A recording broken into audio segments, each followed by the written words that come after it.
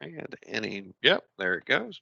Um, Looks like Ken, Kenneth Ryder has started the recording and transcribing of the class. So if for whatever reason you don't want to be recorded or transcribed, then, well, here's your notice now to do what you feel you need to do about that. And can everybody see my screen, the first slide?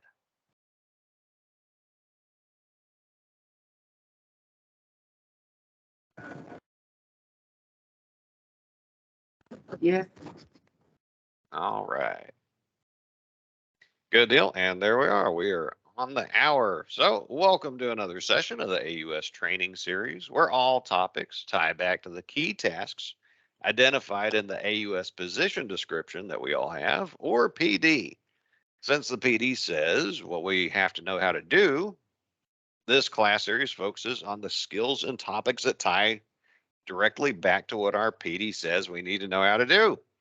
If we could get the fundamentals covered, we'll do great things. We get top shelf performance evaluations every year. In this class, we will look at a key document that goes into the requirements package, and that is the acquisition plan. I am Stephen Clements, and I will be your guide through this topic. I spent several years in VA contracting, switched sides to the good life of being an AUS, and earned the highest certification in contracting, the FACC Level 3. And I do encourage each of you to also pursue a FACC. Level 1 is just fine. That is a fantastic foundation of contracting content knowledge, and we can talk more about that after the class. And my lovely assistant and fellow WISNIC AUS, that's Western States Network Consortium, AUS, Martin Wallace. He will be monitoring the chat and helping out because I might ask you some questions along the way, and he'll be reporting your answers back to me. And he'll be happy to help with your general questions during the class. And if you have questions specifically for me, please let me know once we're done. So hold those to the end of the class. And so to get started, what is an acquisition plan? Please put your definition in the chat. What does it detail? What does it do that the market research report does not do? Go ahead and get those brains working and those fingers typing, because there's going to be quite a bit of what you have to say about things today.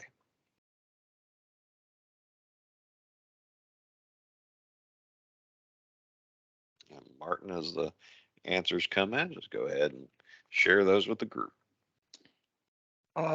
Laura Henry said it has the items that are needed and cost. Suzanne Christian, it describes the requirements.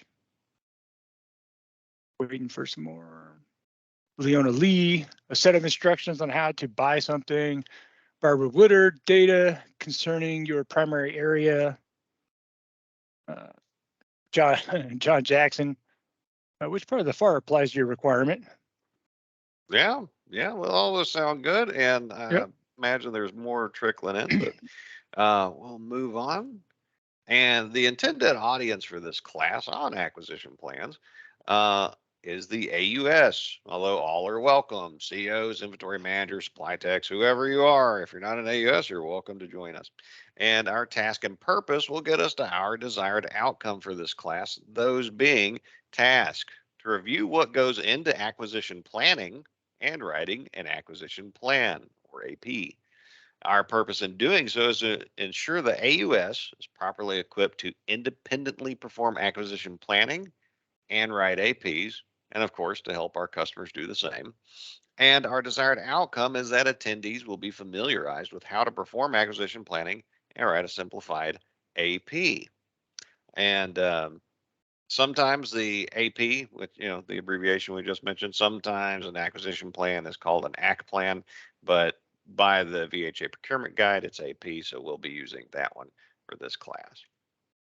And we will meet those criteria we just outlined by looking at topics such as, what does the AUS have to do with acquisition planning?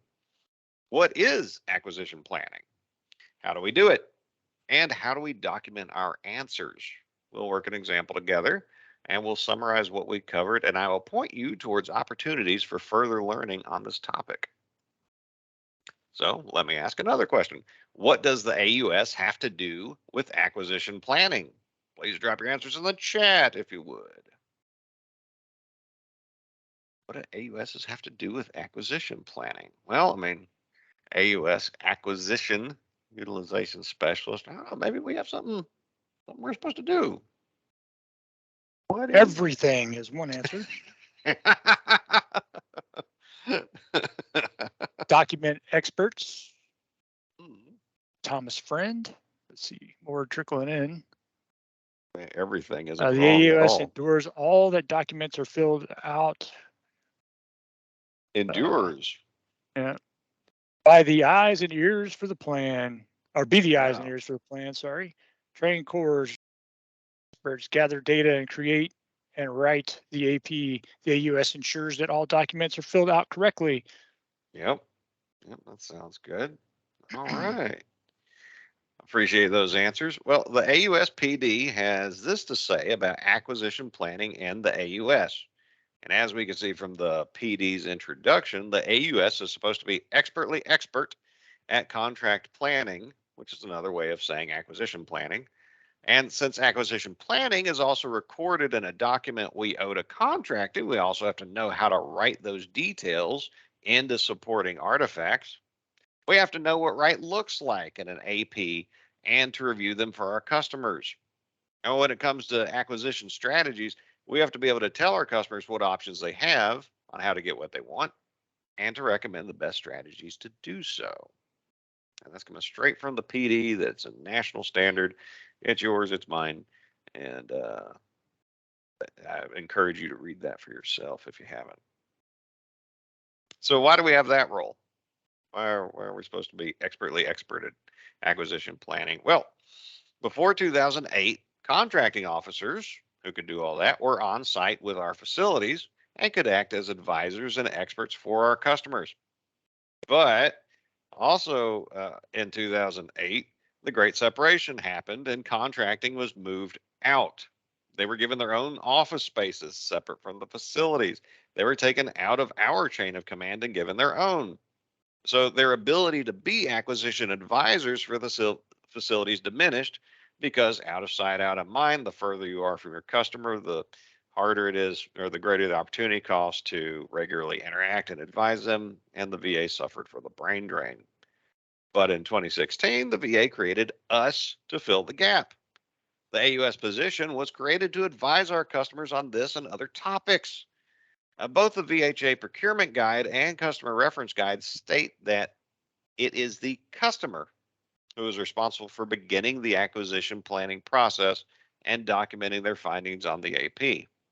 Although the final decision on how to buy what we need is not ours alone to make, the process starts with us and our customers.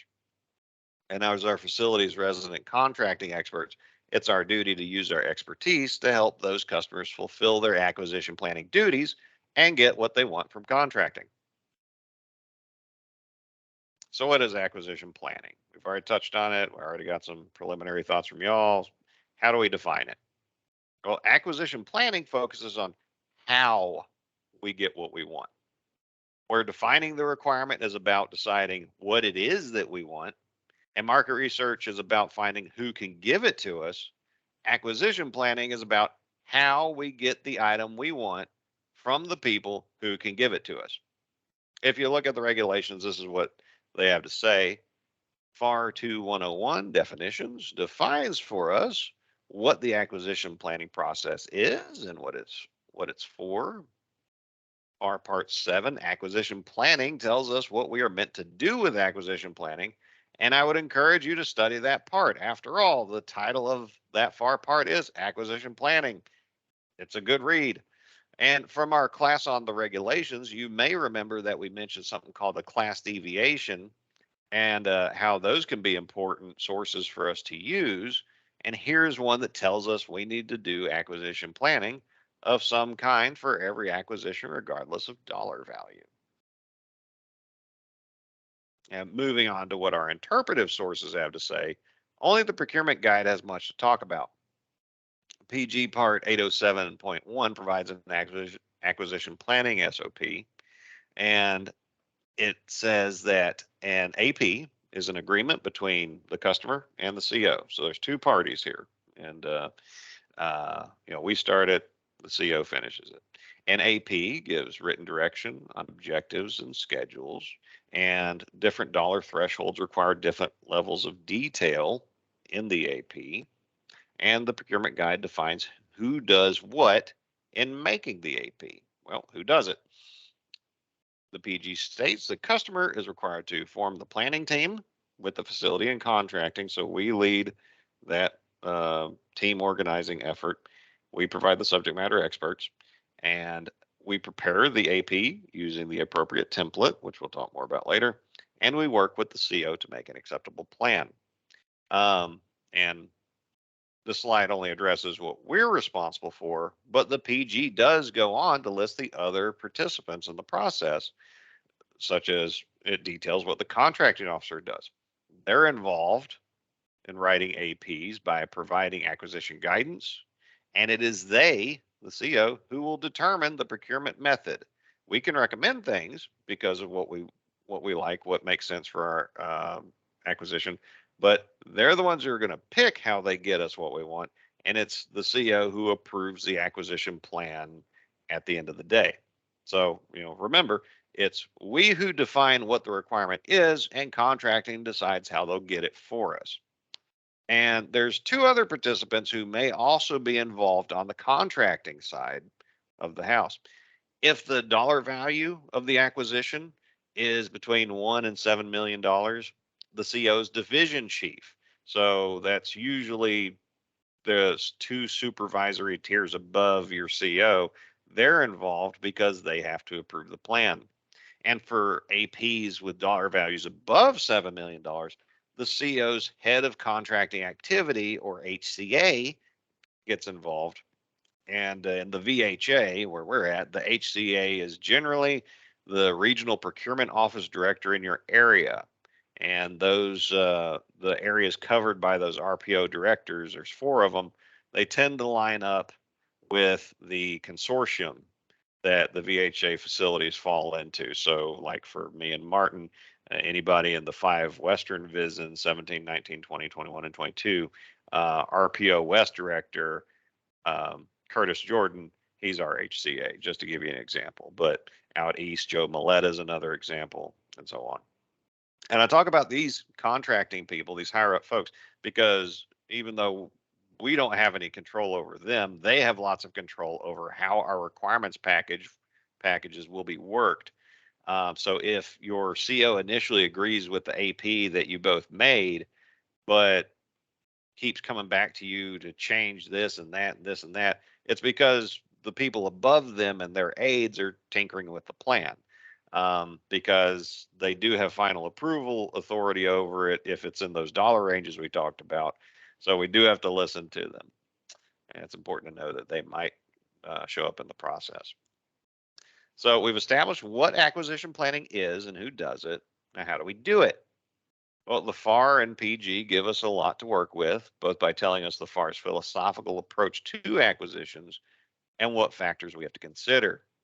Here are the items we have to think through, and we're going to discuss each in the following slides, and we're going to build up a example based around our analysis of these items. The first question, FAR Part 7 tells us to ask is the requirement we're trying to meet an inherently governmental function or not? How would we even know if it is? Well, lucky us, FAR 2-101 gives us this definition, and it also gives us general categories of inherently governmental tasks, which I listed here. FAR 7.500 says that if the requirement is one of these tasks, we cannot have the requirement performed by contractors. A federal government employee is the only one authorized to perform the task, and we cannot contract it out. FAR 7502, though, clarifies that this question is only relevant if we're trying to contract for services. If what we want is a supply, we can skip this consideration altogether. Now, it's our top agency officials who get to decide what is and what is not an inherently government function, or service. But FAR 7503C provides us with a list of services considered to be inherently governmental. I posted a sampling of those services here, and some of those are pretty interesting, and some of those I'm comforted to know that it's just supposed to be us doing it. And FAR 7503D provides us with a list of services generally not considered to be inherently governmental. It also acknowledges that scope creep and how the contractor performs a service could make them into inherently governmental functions. And here's a sampling from the FAR of those that aren't, such as nursing services, that's not inherently governmental. Lawn care services, same thing. And neither are HVAC services or many, many more items that we buy. So I ask you, is what we do as AUSs an inherently governmental service, or could our work be contracted out? Please drop your answer in the chat.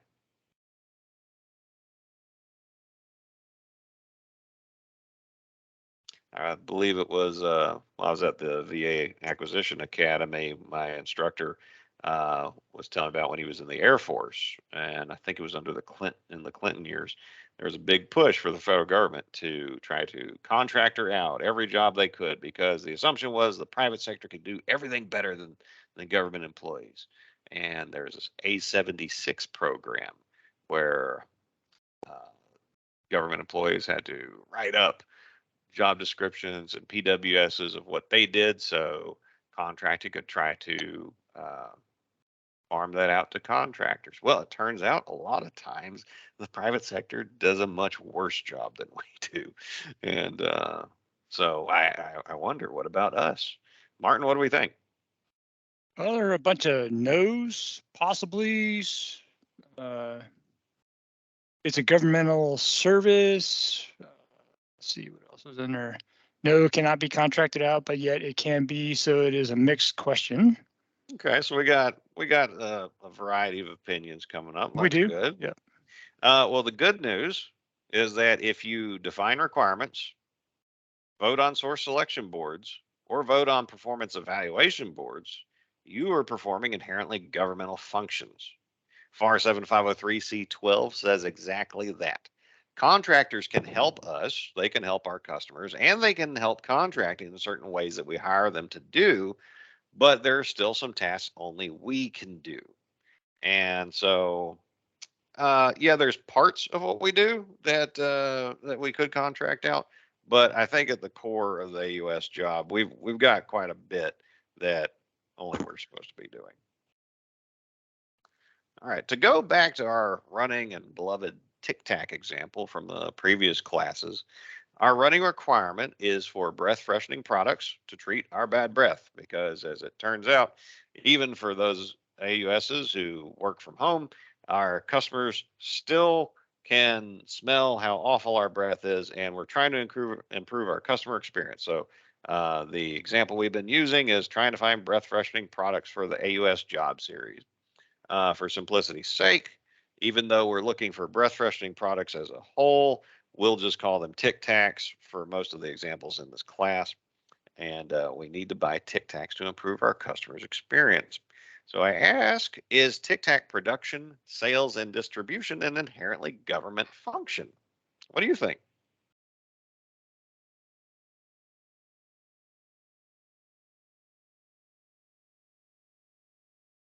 Martin, what are we thinking? Well, let's see. Yes, possibly. Let's see. Some others are coming in. Yes, no, negative, no, no. Okay. Is a supply? No, no, no. The person who the nose and the person who said it's a supply, they were paying attention for sure, because I did point out that if what we're trying to buy is a supply or a end item, not a service, we're good to go. It's we don't even have to ask this question, because it's not an inherently governmental function to produce breath freshening products. So that is some good stuff. One thing, a little bit of trivia that might be interesting to y'all, is when it comes to inherently governmental functions, your warranted contracting officer.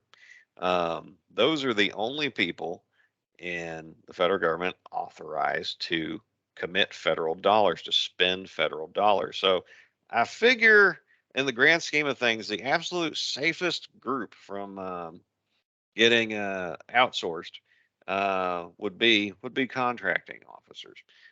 So in case anybody ever starts looking at downsizing federal government and you happen to have your Fact C, well, contracting might be a good place to go, because that would be the last function that could be given away, for as best I can tell. All right. So to answer, or the answer to our first question, as we came up with, is first question to consider is no. Our requirement is not an inherently governmental function.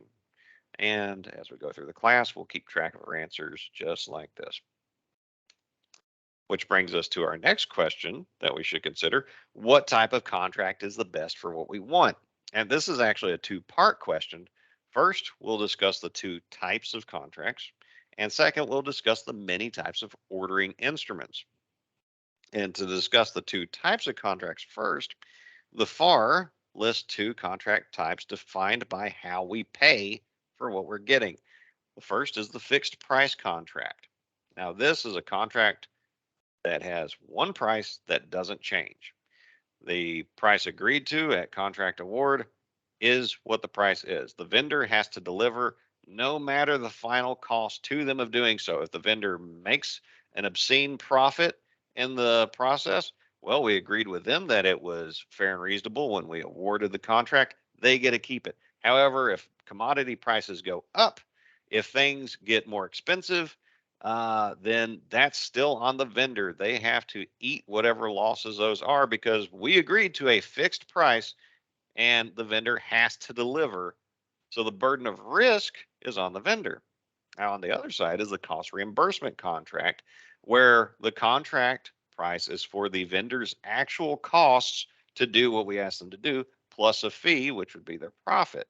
The vendor promises their best effort to give us what we want, but they don't guarantee that they're going to be successful in delivering it.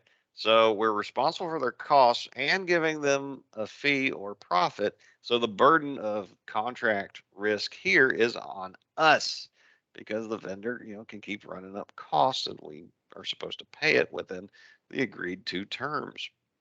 Ultimately, it's up to the CO to decide which type we pick of these. We can make a recommendation, but it's up to the CO how it's going to go.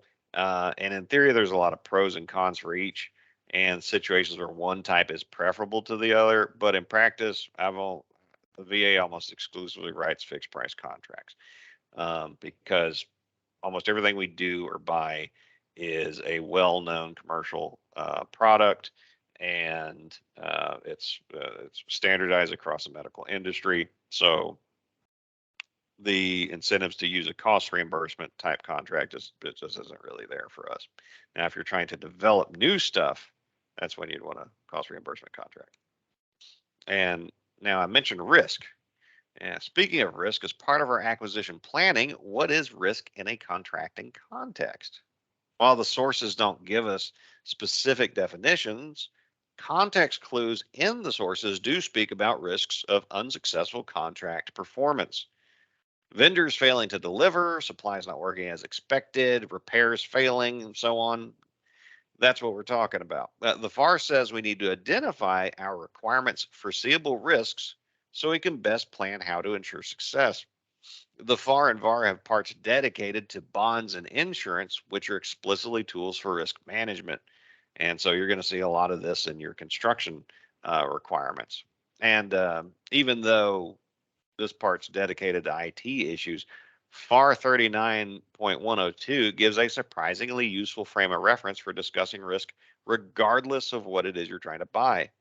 It's okay for us to include some level of performance risk in our acquisitions, so long as we have thought them through and made a plan for how to deal with them. Perhaps in your performance work statement, you identify some of these issues and speak to how you would mitigate them. Some risks we might face include schedule risks, things being late or too early, technology becoming obsolescent, unforeseen costs coming up after work started, whether the proposed solution can actually do the job, or the risks associated with existing infrastructure the item fits into that we need to consider, and do we have qualified people to properly supervise the work. FAR Part 46 speaks to this, and the QASPs that we talked about in defining the requirement, these are all about managing risks. And so I ask you, what kind of risks could our tic-tac requirements face? Are these monumental risks? Is there a risk of immediate loss of eye or limb or life involved in tic-tac requirements? Or maybe it's not so dramatic. What do you think?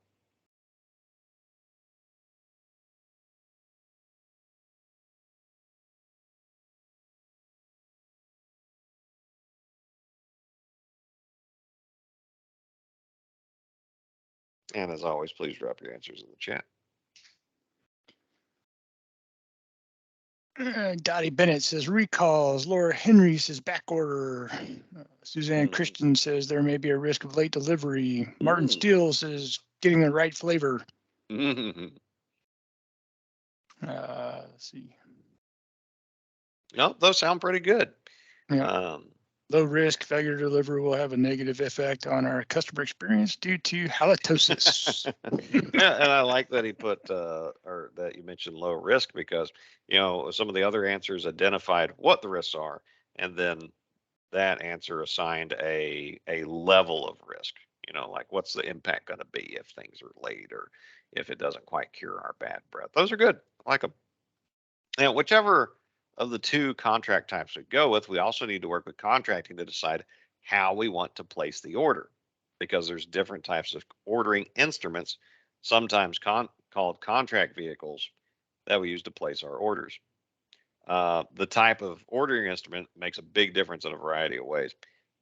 There may be different dollar thresholds allowable depending on the type you're using, different approval authorities to use them, different demands on the funding you have to set aside, and more. In a future class, we may dedicate one to exploring what makes each ordering instrument type unique. And we'll go into greater depth on each type in that class. But for today, we're going to give brief summaries of what each is and does. As you can see, we have a lot of options on how to buy what we need. And how do you know which is the best option? Well, there's two ways that you can find out. The first is to learn what the regulations have to say about them, because what you read might inspire the confidence you need to make the choice as to which option you want to recommend.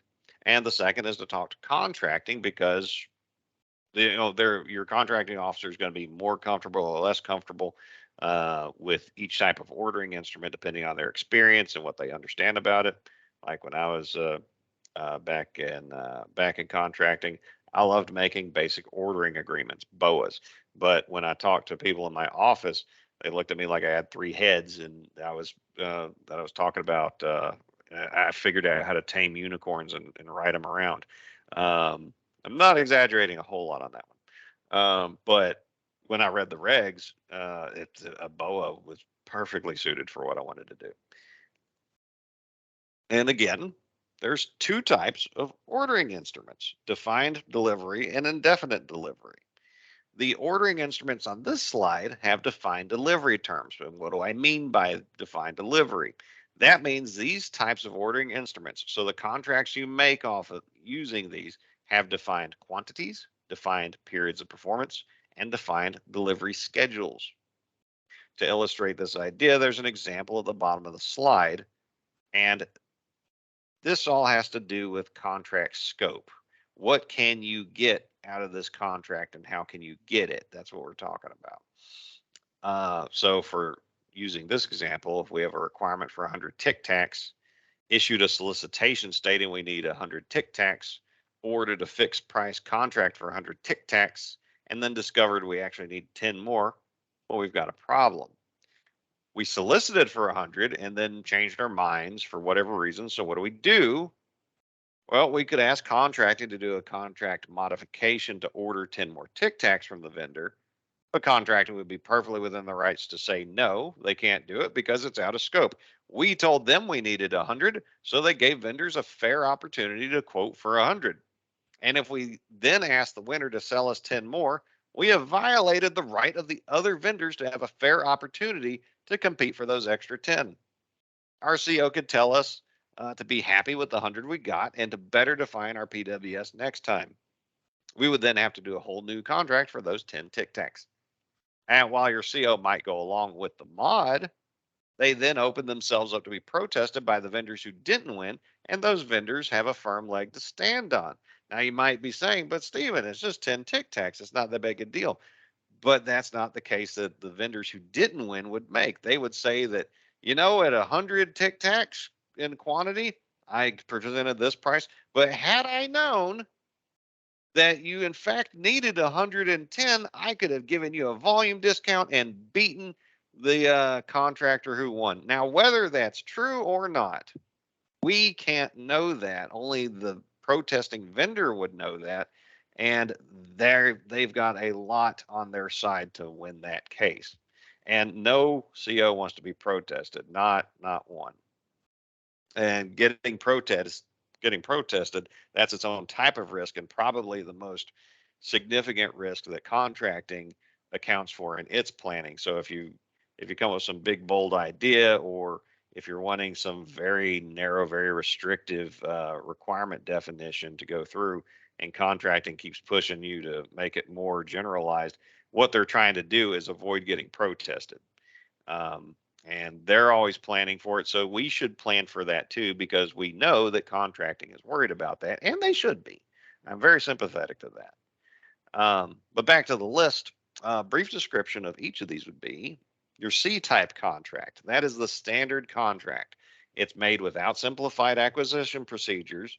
It stands alone, does not rely on any other contract to exist, and has fixed terms. So if you ask for 100 Tic Tacs, it's only for 100 Tic Tacs.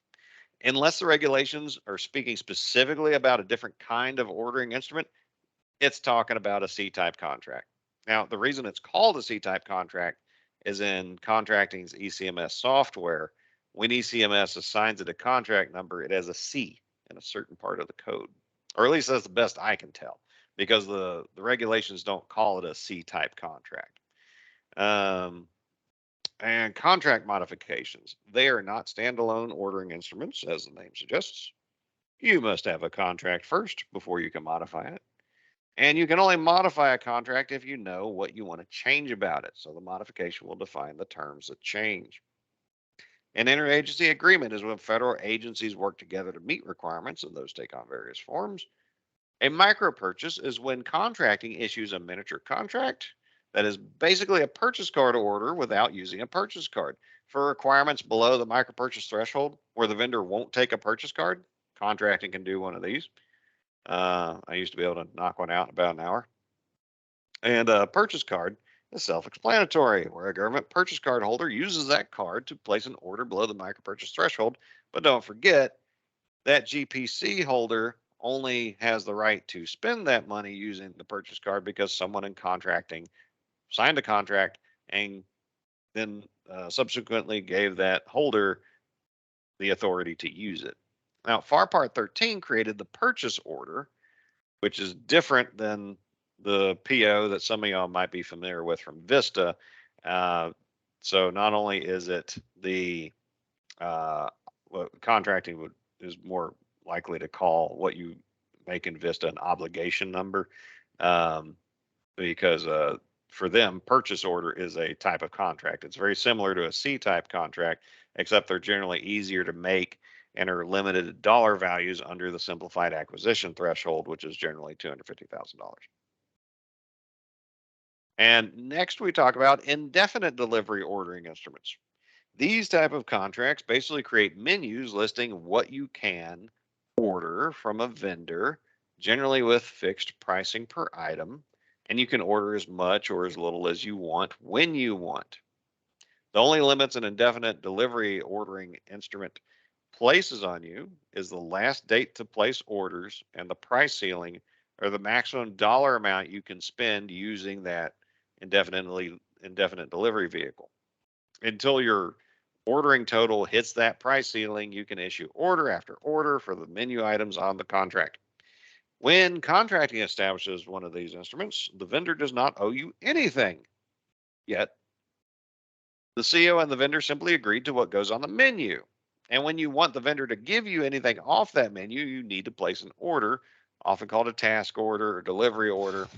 And the terms of a particular menu will tell you how to place orders and who's authorized to do so. But generally, it's a CO placing an order on your behalf. So the BPA and BOA require no money up front to establish, and they make no guarantees. Please mute your mic. And they make no guarantees that any money will ever be spent. BPAs and BOAs are not contracts, but instead agreements.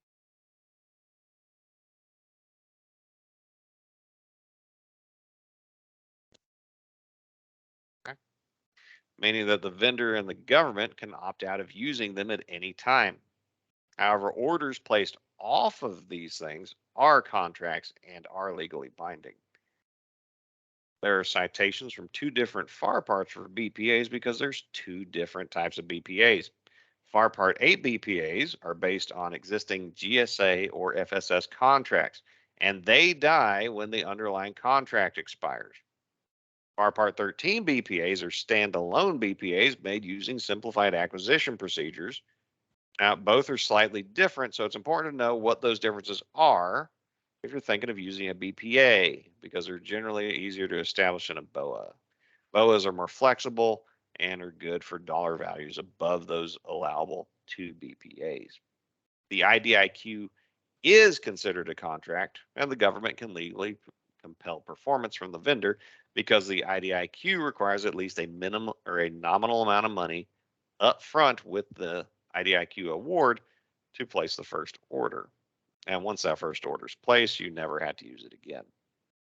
Consignment agreements, they operate like consignments at retail stores do, in that a CO and a vendor come to an agreement where the vendor will drop off a stock of supplies at the facility, and as we pull from that stock, we pay the vendor for what we took. Consignment agreements come from the VAR, VAR 816770, but the VAR doesn't give us much to work with. However, if you think back to the regulations class, we mentioned the VAM, the VA Acquisition Manual. Well, VAM M816770 is a much better reference and provides you far more detailed information on what these things are and how to use them, which is why I hyperlinked the reference for you on the slide. And an example how you would use an indefinite delivery order instrument would be down at the bottom. You solicit for a vendor to supply Tic Tacs. You don't know exactly how many Tic Tacs you need. You don't know exactly when you'll need them, but you want the ability to order them. So you set up one of these indefinite delivery ordering instruments, and then you start placing your orders whenever you have the money and feel like doing it. So back to our working example, we have an IGCE for Tic Tac for the Tic Tac package, and it's valued at $19,200 for a one-time buy of Tic Tacs. The amounts needed and delivery terms were well defined in the previous classes. So which contract type, firm or fixed price versus cost reimbursable, and ordering instrument should we use to get Tic Tacs? What do you think? Drop your answers in the chat.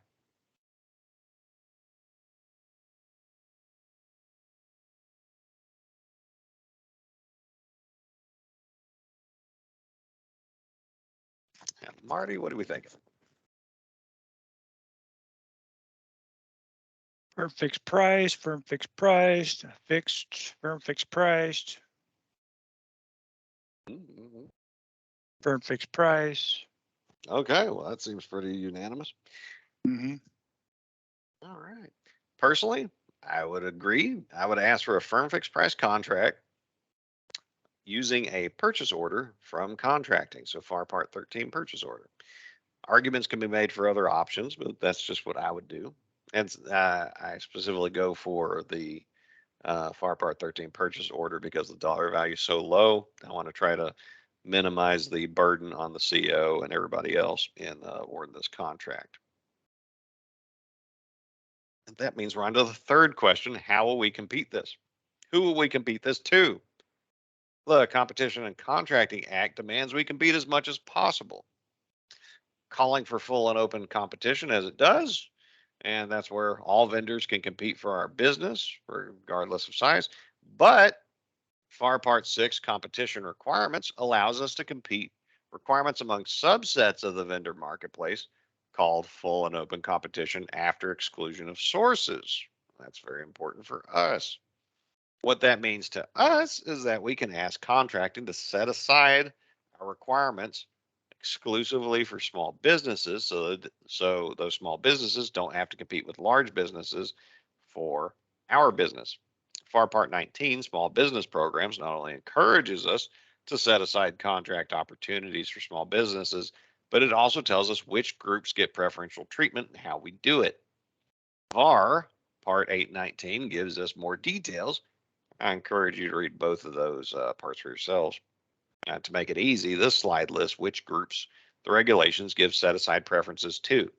For the VA, the first two, SDVOSBs and VOSBs, are the most important groups because when we're doing market research and developing acquisition strategies, we basically have to prove one of these two groups cannot do what we want before we can look at any other group.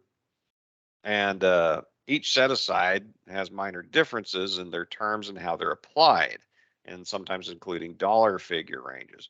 But in order for us to recommend setting aside a requirement for one of these groups, we must have confidence that at least two or more vendors in that category, in the same category, will respond to our solicitation and give us a competitively priced offer. Just because, to grab an example, if there's two SDVOSBs, but based on information that we can readily identify and document, we think they're going to give us really poorly priced offers, that doesn't count. We can disregard them and move on. But if we can find two of any group, going in the order of preference, starting with SDVOSBs, and we can expect that they'll give us fair and reasonable pricing, then we need to set it aside, and that's known as the rule of two. Now, if we only find one vendor in a category that we expect to not only give us a quote, but to also give us fair and reasonable pricing, we cannot do a set aside because one is not competitive. And if we find no SBs of any category to set aside for, we ask contracting to pursue full and open competition. And at that stage, any vendor of any size can compete. It can be large businesses and small businesses and everybody on the open playing field there. And that's also the only stage at which large businesses can be considered.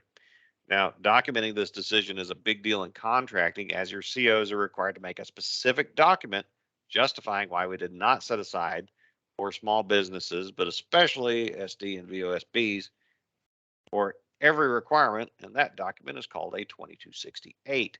And there's a bunch of people who have to review it and approve it. And it's kind of a pain in the butt. If we don't give those veteran groups the set aside, that adds additional reviews and approvers to the process. So do help your COs out by doing thorough market research up front to hand that off to them. Now, once you hand off your market research, your COs are supposed to do more, but give them something good to start with. Now, on the flip side of competing requirements is sole sourcing our buys.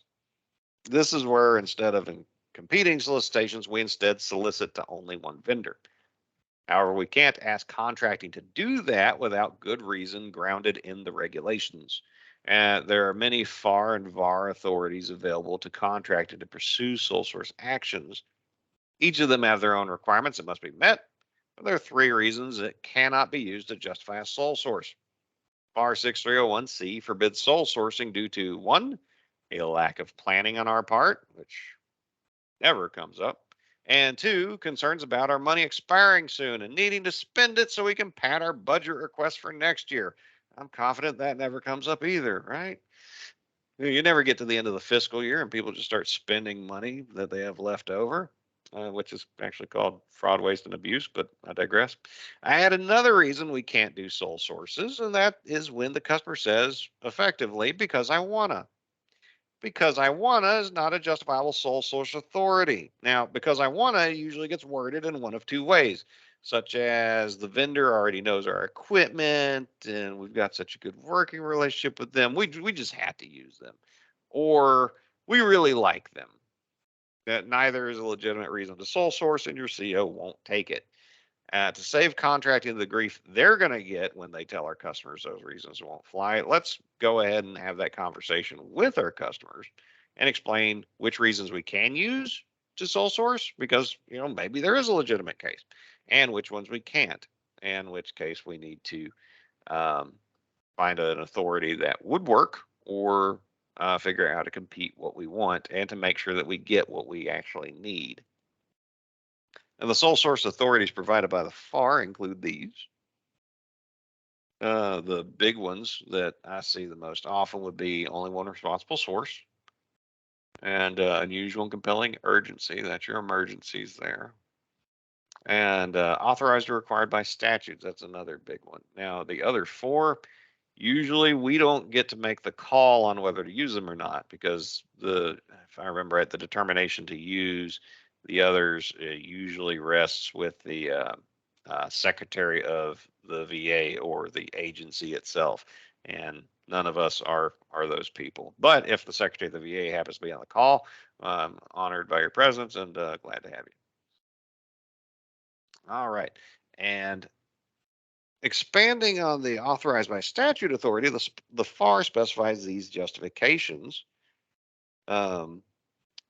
that can be used. Some of these may look familiar because in the market research class, they were identified as required sources. Unicor, Ability One, the government printing office. The reason we can bypass competition and go straight to these sources is because the FAR listed them in the section that it did. It's baked into the regs. And the VAR also builds onto the authorized by statute authority with these justifications. So do check it out. Maybe what you need is covered by one of these. Just as the FAR and VAR small business parts gave us how-tos for small business set-aside, so too do they provide us with sole source authorities we can use for small businesses. And I point out that you see SDVOSBs listed twice. That is correct, because these are two entirely different authorities that with different criteria, but they're for the same group. So you might want to check these things out to see if they can be of any use to you. And back to our working example, should we compete our tic-tac requirement or sole source it? Please drop your answers in the chat. If we compete it, should we do a set aside for small businesses? If we sole source it, which authority would we use? And just as a refresher from our market research class, we did find pretty good evidence that we could expect to receive quotes from at least two WOSBs, so woman-owned small businesses, for the selling or for the requirement of Tic Tacs. So, Martin, what do we think?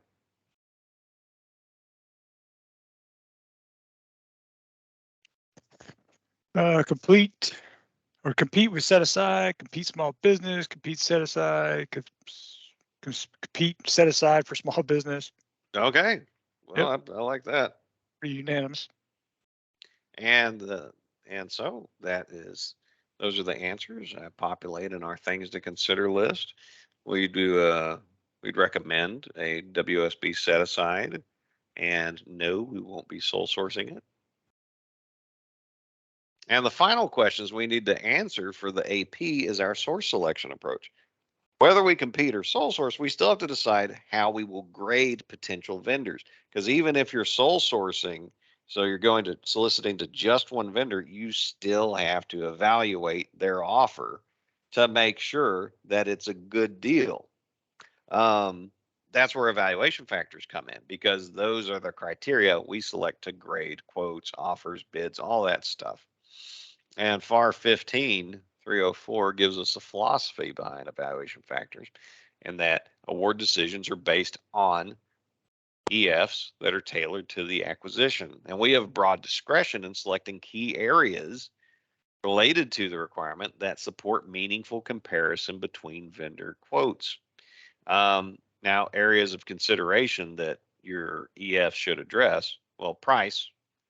It shall be evaluated at every source selection. You can't get away from checking to see if their price is fair and reasonable. Then there's also non-cost evaluation factors, such as the one listed below it, past performance. How good a job has the vendor done in the past? And we're going to get to some examples of what non-cost or non-price EFs might look like. And the FAR gives us a lot of evaluation factors we can consider, along with explanations of each. I've listed many of them here, and we're not limited to the factors on this list. We could come up with our own.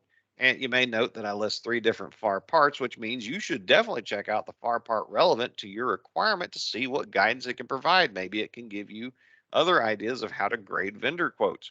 And the FAR tells us that sometimes we need to put factors in to control for certain situations and to ensure we have level playing fields for potential vendors, such as FAR 15304 tells us we should not discriminate against contractors that use teleworkers when it doesn't make a difference where the contractor's workers are located. Now, if we have to have people on site, okay, well, that's a legitimate thing to say. But if it doesn't make any difference where the technician's at, don't discriminate against teleworkers. And FAR 45202 tells us we need to account for government provided advantages to certain contractors so we can ensure other vendors who don't have those government provided advantages like government furnished equipment, that those vendors receive fair opportunity. And the VAR and CRG also provide food for thought. Now, I'm not going to read this entire list, but I do encourage you to look over these slides next time you need some evaluation factors, and of course, go to the references I give to get more detail on what these things have to say.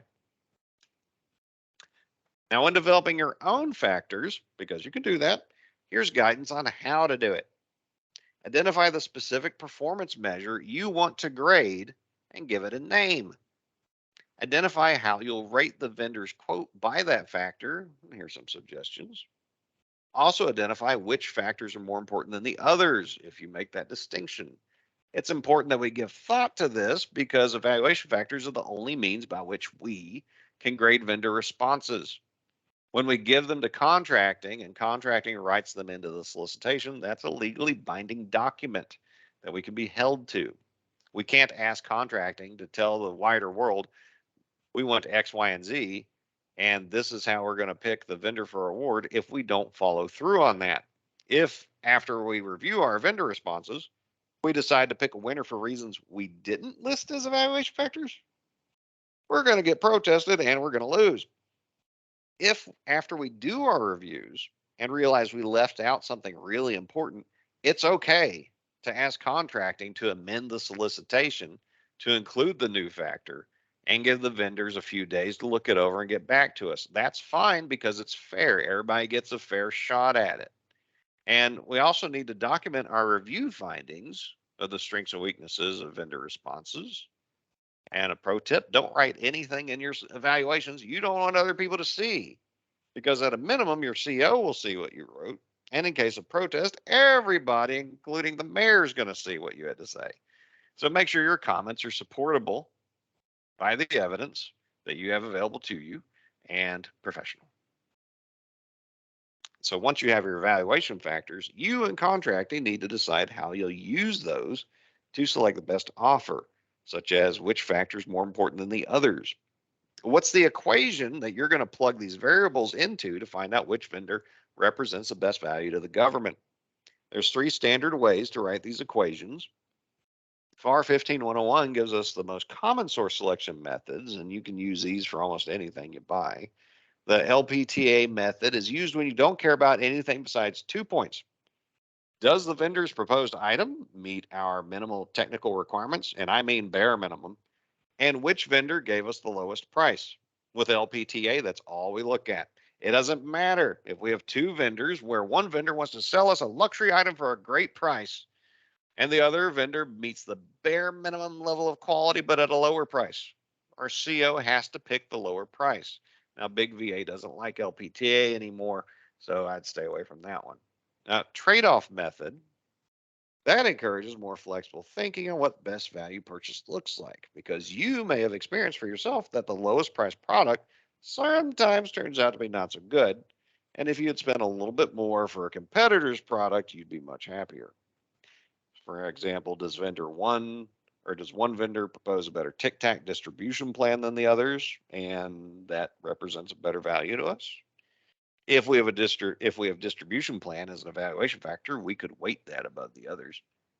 With trade-off, we can specify that one or more non-price factor is more important than price alone. So if we want the most credentialed people in the business, we can make that a factor and tell people that's our top priority. Now, price still has to be accounted for because we cannot accept unreasonable pricing. But with this method, we can justify spending more to get more. Now, FAR 13106-2B3 gives us the comparative evaluation method. We can only use this one when using FAR Part 13 simplified acquisition procedures. So we can only use these on micropurchases, GPCs, if you were to go to this much trouble over a GPC, purchase orders, or FAR Part 13 BPAs. So dollar thresholds restrict which procurements we can use this on. And using the first two methods, we can only compare a vendor's response to the terms of the solicitation itself. We can't compare one vendor's response directly to another with LPTA or trade-off. But with comparative evaluations, we can compare vendor responses directly to one another to see who offers the best deal. And there's more to it. The FAR isn't very helpful explaining how to do this, but the corresponding procurement guide entry does give a much better explanation of what all that looks like and how to use it. So when it comes to Tic Tacs, which evaluation factors and source selection method should we pick? We're not asking for anything complicated, and there's a number of products with long, safe track records of performance in the commercial marketplace. So what do you think?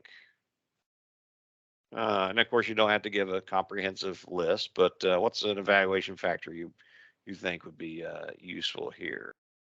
Which source selection method do you think you'd like best?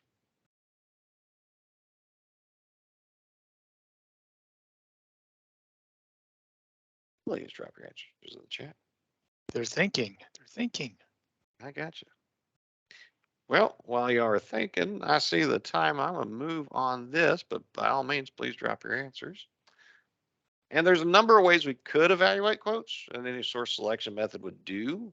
I would personally pick price because it's always important. I'd also pick past performance because I want vendor reliability to be accounted for. And since we can do it, I would ask for product samples, assemble a test group of AUSs, and then ask them if they liked each product or not. I'd make that a pass-fail situation, and I would call that factor test group approval. And since the PWS specified we need each item to provide 2 hours of breath freshening power, remember that is a technical requirement. So if someone sends us some juicy fruit, you can go ahead and throw that out because those things don't last more than a minute or two.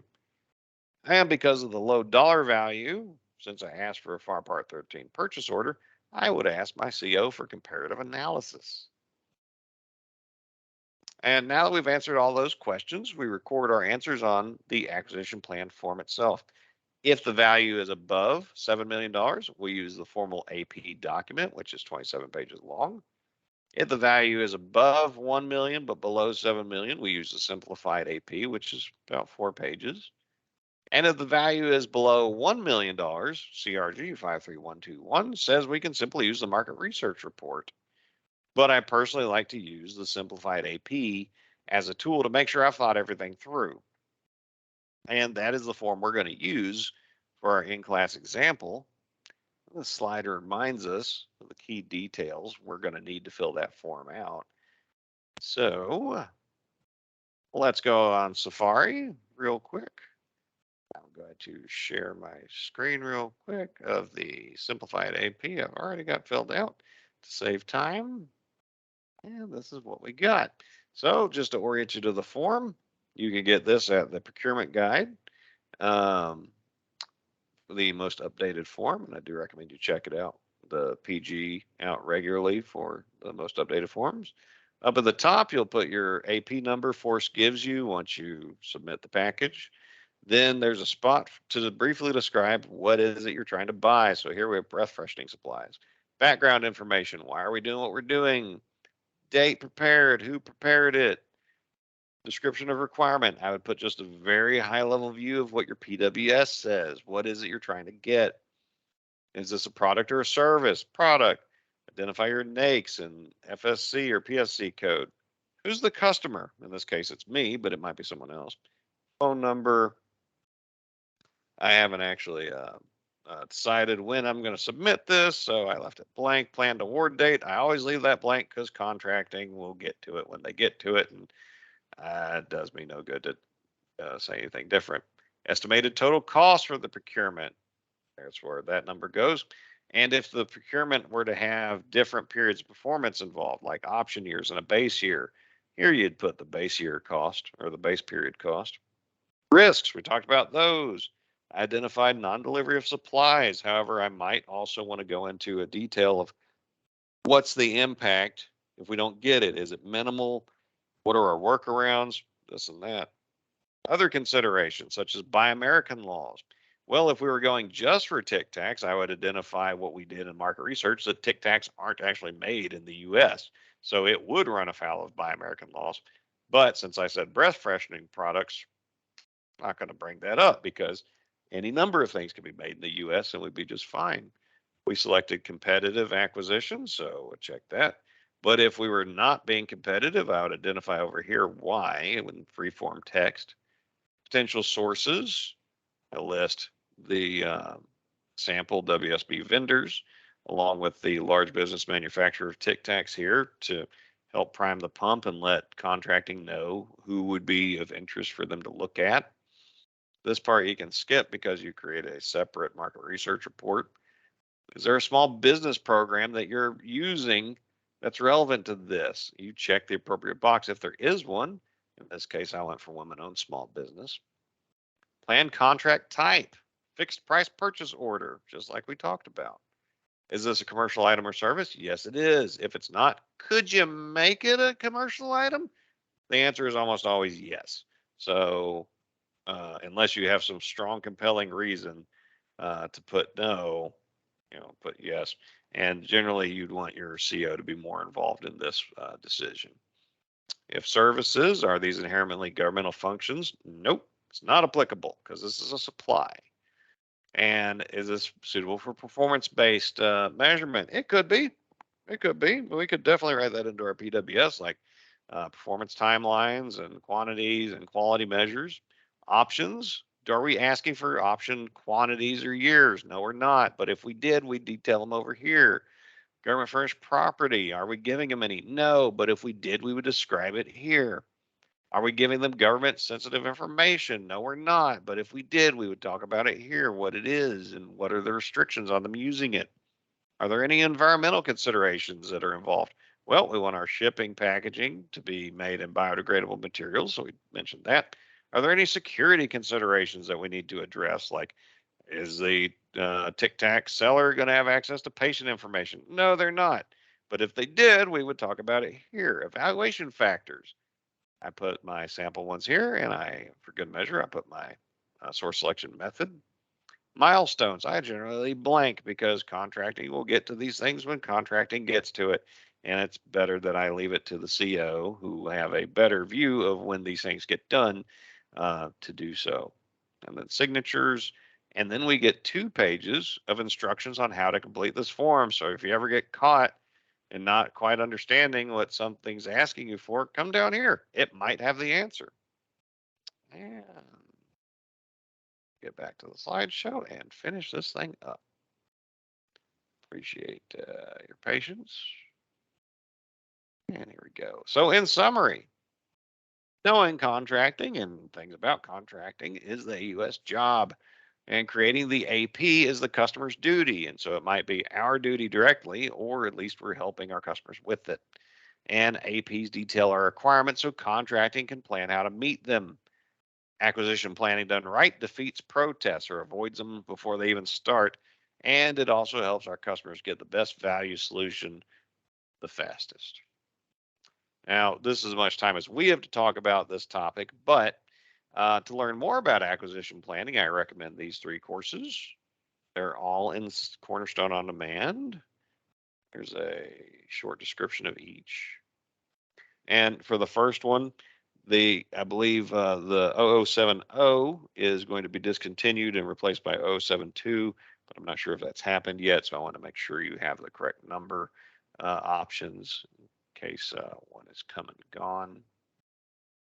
And for my last question to you, my beloved, an exceedingly good looking and above average in every respect audience, did you find that this class helped you learn for the first time or refresh your knowledge of acquisition plans? If so, great. What did you find most helpful? Not what we miss. What would have made this more helpful? Please drop your answers in the chat because we do want to make these things most useful. Or you can email us. That'd be just fine. Martin, what's it look like? Do we help anybody out? Yes, Martin still had to be different and say, ready to go. Good deal. Good deal. Good refresher. Yes, yes. Great training. Good deal. Both. And I appreciate that feedback. And Martin and I thank you for your time. We hope you got value out of this class. And so this is the end of what I have to say about this topic.